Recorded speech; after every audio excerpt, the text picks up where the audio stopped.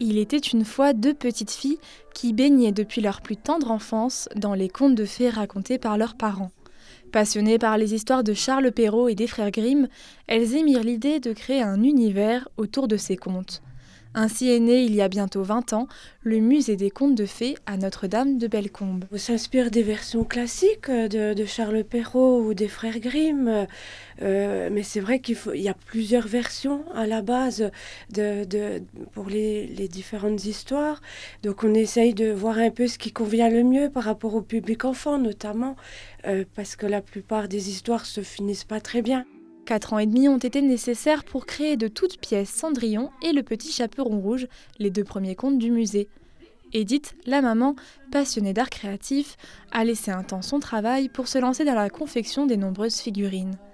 Aujourd'hui, près d'une centaine de personnages animent les histoires. Il y a les personnages, mais il y a aussi surtout tous les décors. Donc, ils sont aussi bien les sols que les murs, disons les plafonds avec des poutres anciennes, à l'ancienne. Tout est fait en carton, papier journal, qui est collé, qui est inséré entre chaque couche de carton pour que ça soit solide. Pour donner vie à ces petits personnages, une quarantaine de scénettes ont été imaginées. Le musée des contes de fées vient de se lancer dans la création d'un nouveau conte, celui d'Hansel et Gretel, qui compterait 8 scènes.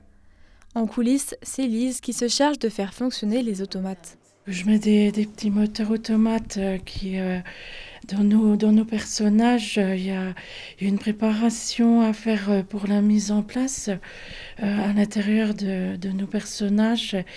Et je mets parfois sur pile ou parfois avec un transformateur et variateur de vitesse. Plongés dans cet univers de rêve et de magie, parents et enfants de la famille Breton vécurent heureux et transmettèrent de nombreux contes.